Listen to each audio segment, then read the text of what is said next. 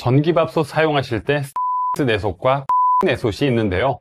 건강을 위해서는 꼭 이 내솥을 고르는 게 좋습니다. 겉으론 비슷해 보여도 코팅이 벗겨지면 알루미늄 같은 금속 성분이 미세하게 음식에 섞일 수 있는데요. 이게 장기간 반복 노출되면 치매나 신장 건강을 위협할 수 있습니다. 매일 맛있는 집밥을 만들어주는 우리 집의 든든한 전기밥솥을 보면서 혹시 이런 고민 해보신 적 있으신가요? 코팅이 슬슬 벗겨지는데 괜찮을까? 하루 종일 보온해둬도 괜찮을까? 그런데 전기밥솥 사용법에 따라 결과는 완전히 달라지는데요. 제대로 쓰면 건강한 밥, 잘못 쓰면 세균이 득실거리는 위험한 밥이 될 수도 있습니다. 오늘 영상에서는 내솥 교체 시점, 보온 시간, 청소 루틴까지 딱 정리해 드리겠습니다. 그 전에 구독 버튼을 꼭 눌러주시고 내용이 좋으시다면 주변에 공유해 주세요. 여러분, 집에 있는 전기밥솥 안쪽을 한번 살펴보신 적 있으신가요? 겉보기엔 멀쩡해 보여도 코팅이 살짝이라도 벗겨지기 시작하면 그때부터는 상황이 완전히 달라집니다. 밥속 안쪽 코팅은 밥이 달라붙지 않게 해주는 보호막입니다. 그런데 이 코팅이 벗겨지면 그 밑에 숨어있는 알루미늄이나 니켈 같은 금속층이 그대로 드러납니다. 실제로 식품의약품안전처 조사에서도 코팅이 벗겨진 조리도구에서 알루미늄이 음식에 미량 녹아 나온다는 결과가 있었죠. 세계보건기구는 알루미늄의 주간 허용 섭취량을 체중 1kg당 2mg으로 정해두고 있습니다. 매일 조금씩이라도 금속 성분이 섞인 밥을 먹는다면 특히 노인이나 신장질환 환자에게는 더 큰 부담이 될 수 있습니다. 일부 연구에서는 알루미늄이 치매 위험이나 신장기능 저하와 관련이 있을 가능성을 경고하고 있는데요. 아직 논란이 있지만 일부 연구에서 제기된 문제인 만큼 가능하면 노출을 줄이는 게 현명하겠죠.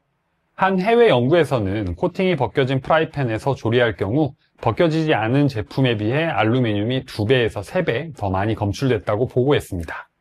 우리나라 소비자원에서도 코팅 손상 조리기구는 일정 시점에서 교체가 필요하다고 공식적으로 권고하고 있는데요. 즉, 코팅이 벗겨진 조리도구는 겉보기엔 괜찮아 보이지만 보이지 않는 위험이 숨어 있다는 뜻이겠죠. 특히 이런 습관들이 코팅을 더 빨리 망가뜨린다는 사실 아셨나요? 먼저 뜨거운 상태에서 찬물을 부어버리면 급격한 열 충격으로 코팅 수명이 급감하는데요. 그래서 솥은 천천히 식힌 후 물을 부어 불리는 게 좋습니다. 그리고 철수세미로 설거지를 하거나 밥솥 안에서 칼질을 하거나 음식을 자르면 코팅이 금방 손상될 수 있습니다. 철수세미나 칼질은 대체로 안 하시지만 뜨거운 상태에서 찬물을 붓는 경우는 아마 많을 거로 생각되네요. 오늘부터는 꼭 피하셔야 합니다. 그래서 요즘은 건강을 위해서 코팅 내솥보다는 스테인리스 내솥을 찾는 분들이 많아지고 있습니다. 스테인리스 내솥의 가장 큰 장점은 코팅이 없어서 벗겨질 걱정이 없다는 것인데요. 고온에서도 안정적이고 세척을 할 때도 아무 세제나 사용해도 코팅 손상 우려가 없습니다. 특히 스테인리스 내솥을 쓰셔야 하는 명확한 이유들이 있는데요. 먼저 내구성이 뛰어나서 반영구적으로 사용 가능합니다.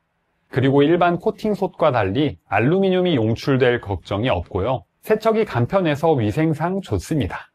다만 스테인리스는 코팅이 없기 때문에 밥이 조금 더 잘 눌러붙는 편이지만 요즘에는 밥맛과 편리성 모두 개선된 모델이 많이 나왔더라고요. 그럼 지금 코팅 내솥을 쓰고 계신다면 언제 교체하는 게 좋을까요? 딱 4가지만 기억하세요. 첫 번째, 군데군데 코팅이 벗겨진 경우, 표면이 거칠어지고 반짝이는 금속이 드러난 경우, 밥이 자꾸 눌어붙는 경우, 사용기간이 3에서 5년 이상 된 경우, 만약 이 중 하나라도 해당된다면 내솥을 교체하는 게 좋습니다. 이 교체 시기에 맞춰서 스테인리스 내솥으로 바꾸시면 좋겠죠? 밥솥에 밥을 지어놓고 하루 종일 보온 모드에 두는 집 정말 많죠? 저도 너무 당연하게 보온 모드로 두고 이틀 정도 밥을 먹는데요. 그런데 보온이면 뜨거우니까 위생상 문제가 없을 거라는 생각과 다르게 보온 시간이 길어질수록 밥솥 안이 세균 범벅이 될 수도 있습니다. 보온 모드는 보통 60에서 70도씨를 유지하도록 설계됩니다. 이 정도 온도면 대부분의 세균이 죽을 거라고 생각하기 쉽지만 실험 결과는 달랐는데요. 일본 식품보존과학회 연구에서 전기밥솥 보온 중 세균수 변화를 관찰한 연구가 있었는데요. 밥을 하자마자 확인했을 때는 세균이 거의 없었습니다. 그런데 보온 24시간대부터 보온성 세균이 급격히 증가하더니 보온 72시간대는 세균 수치가 무려 1000배 이상 폭증했는데요. 이 균들은 심지어 65도씨 고온에서도 살아남아 번식할 수 있는 세균들이었습니다. 게다가 한 세균은 독소를 생성하는데 이 독소는 조리 후에도 쉽게 파괴되지 않아서 식중독 위험을 높일 수도 있습니다. 그렇다면 왜 이런 일이 생길까요? 보온 초반에는 온도가 충분히 높아서 세균이 죽지만 시간이 길어지면 밥솥 안쪽 온도가 균일하지 않게 떨어지는 구간이 생깁니다. 특히 밥솥 뚜껑 근처나 밥 위쪽 표면은 온도가 살짝 낮아져서 세균이 자라기 좋은 조건이 되는 거죠. 그리고 많은 분들이 하는 실수들이 있는데요. 한 솥 가득 밥을 지어놓고 며칠간 먹거나 밥솥 뚜껑, 패킹, 증기구를 매번 세척하지 않는 경우, 이런 습관들이 바로 세균 번식의 원인이 될 수 있습니다. 그러니까 세균밥을 드시는 것과 마찬가지인 거죠. 이런 세균으로부터 안전하게 드시려면 이렇게만 하시면 됩니다. 먼저 보온은 최대 12시간 이내로 하시는 게 좋습니다. 사실 이 부분이 조금 힘들긴 하죠. 살림을 하다 보면 매번 밥을 먹을 때마다 새로 하기에는 현실적으로 어렵습니다. 그래서 보온으로 오래 보관하기보다는 남은 밥을 소분해서 냉동실에 넣어 두시면 좋습니다. 그리고 드실 때는 전자레인지로 충분히 가열해서 드시면 밥도 방금 지은 것처럼 맛있게 드실 수 있고 위생관리에도 좋습니다. 아참, 냉동실에 넣어 두실 때는 되도록 플라스틱 용기보다는 유리 용기를 이용하는 게 가장 좋습니다. 그리고 밥솥 뚜껑과 패킹, 그리고 증기구를 매번 세척하고 계신가요? 만약 매번 세척을 안 하셨다면 제가 청소하는 방법을 지금부터 상세하게 알려드리겠습니다. 먼저 플러그를 뽑은 후 30분 이상 충분히 식혀줍니다. 그리고 식힐 때 내솥에는 따뜻한 물을 넣어두시면 눌러붙은 밥들이 불어서 청소하기 좋아지는데요. 다음으로 뚜껑을 열고 상단솥을 분리해줍니다. 그리고 고무 패킹을 분리합니다. 고무링을 살짝 당기기만 하면 쉽게 빠집니다.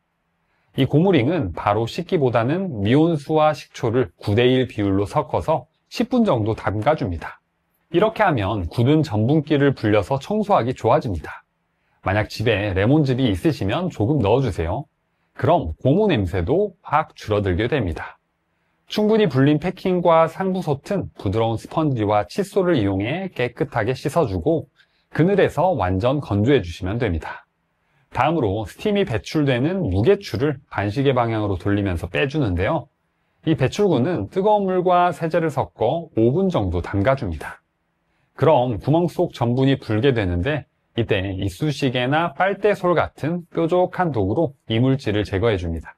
마지막으로 밥솥 뒤쪽에 물 빠진 구멍이 있는데요. 이것도 분리해서 씻어주면 됩니다. 그리고 모두 조립만 해주면 되는데요. 자주 청소를 안 하셨던 분들이라면 아마 묵은 때가 많이 있을 테지만 매번 청소해주면 때가 많이 끼지 않아서 청소하기도 쉬워집니다.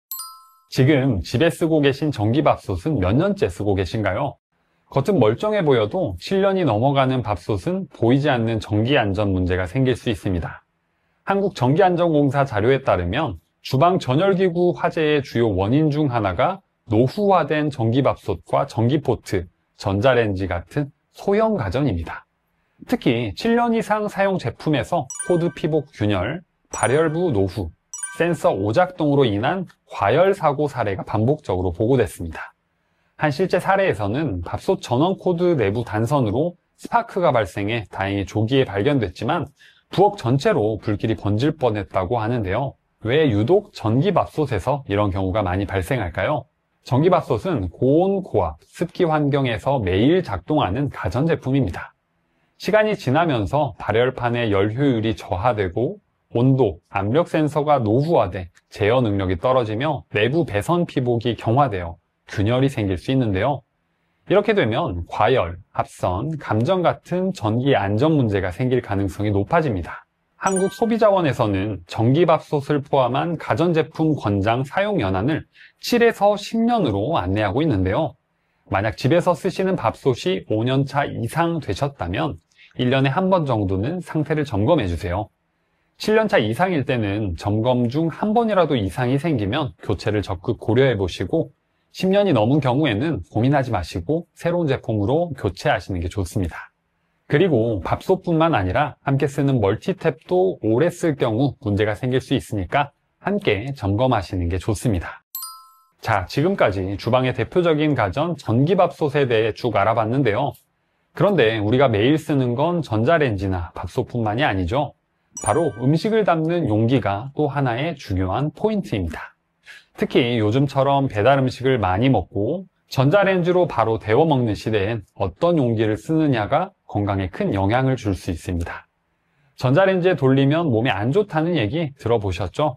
하지만 사실 이것만 기억하시면 걱정 없이 전자레인지를 쓰실 수 있습니다. 바로 플라스틱 제품에 기재된 숫자만 알아두시면 되는데요. 우선 기억하기 쉽게 유명한 요구르트 광고 E5 아시죠? 아니면 등산 갈 때 챙겨 먹는 오이를 생각하고 숫자 2와 5를 기억하시면 됩니다. 2번은 바로 HDP, 고밀도 폴리에틸렌이라는 성분인데요. 70에서 100도씨의 높은 에어 온도를 지니고 있어서 전자레인지에서 사용이 가능합니다. 2번 플라스틱은 환경 호르몬이 검출되지 않는 무독성 플라스틱이라서 우리 어린아이들이 사용하는 장난감부터 젖병까지 안전과 관련된 대부분의 플라스틱 용기에 쓰입니다. 또 5번은 PP인 폴리프로필렌 성분인데요. 이것도 마찬가지로 121에서 165도씨의 내열 온도를 지니고 있어서 고온에서 사용해도 쉽게 변형이 되지 않아서 가장 안전한 플라스틱이라는 별명도 가지고 있습니다. 이 5번 플라스틱은 내열성이 좋은 특성 덕분에 의료 장비부터 의료 부품, 반찬통, 주방 도구 등에 많이 쓰입니다. 자, 그렇다면 2번과 5번 이외의 플라스틱들은 어떨까요? 1번부터 7번까지 플라스틱들은 각각 용도에 맞게 다양한 제품에 쓰이는데요. 하지만 2번, 5번이 아니라면 열에 취약한 특징을 가지고 있어서 잘못했다가 비스페놀 A라는 환경 호르몬이 나오게 됩니다. 이 비스페놀 A는 아주 조금만 노출되더라도 우리 몸에 아주 안 좋은 영향을 끼치는데요. 미국 국민건강영양조사에 따르면 비스페놀 A에 많이 노출된 사람일수록 심혈관 질환, 당뇨병, 간 기능 이상 등 여러 건강 문제가 생긴다고 밝혀졌습니다. 그래서 요즘에는 BPA 프리, 즉 비스페놀 A가 없는 환경 호르몬이 나오지 않는 플라스틱 용기가 많이 나오는데요. 반찬통으로 구매하실 때 될 수 있으면 BPA 프리 표시를 꼭 확인하시고 구매하시는 게 좋겠습니다. 그리고 요즘에 배달 음식을 많이 시켜 드시잖아요. 아마 대부분의 음식점에서는 2번과 5번 플라스틱 포장 용기를 사용할 겁니다. 하지만 간혹 원가 절감이나 안전 불감증으로 내열 플라스틱 용기를 이용하지 않는 식당이 있을 수 있으니까 꼭 숫자 2, 5를 확인해 보시고 숫자가 없다면 전자레인지 사용 가능하다는 표시가 있는지 확인하시는 게 좋겠습니다. 전자레인지에 돌릴 때 주의하셔야 하는 게 또 있는데요. 바로 컵라면입니다. 요즘에는 전자레인지에서 조리할 수 있는 컵라면들이 나오기 시작해서 마치 끓인 라면처럼 먹을 수 있는데요. 그런데 컵라면 중에서도 전자레인지 사용이 불가능한 용기는 절대 전자레인지에 넣으시면 안 됩니다. 스티로폼처럼 보이는 컵라면 용기는 폴리스티렌이라는 재질인데요. 식약처에서 컵라면을 먹는 조건과 동일하게 100도씨의 뜨거운 물을 붓고 약 30분간 기다리는 실험을 했습니다. 그 결과 몸에 해로운 휘발성 물질은 검출되지 않았는데요. 그런데 이 폴리스티렌 용기를 전자레인지에 사용했을 때 용기의 변형이 일어나며 몸에 해로운 물질이 용출될 수 있어서 주의해야 한다고 강조했습니다. 정리하자면 제품 포장 용기에 안내된 대로 꼭 따라해 주시는 게 좋겠죠? 오늘 내용이 좋으셨다면 구독과 좋아요, 그리고 소중한 주변 지인에게 공유해 주세요. 잘 들었습니다. 댓글 한마디가 저에게 큰 힘이 됩니다.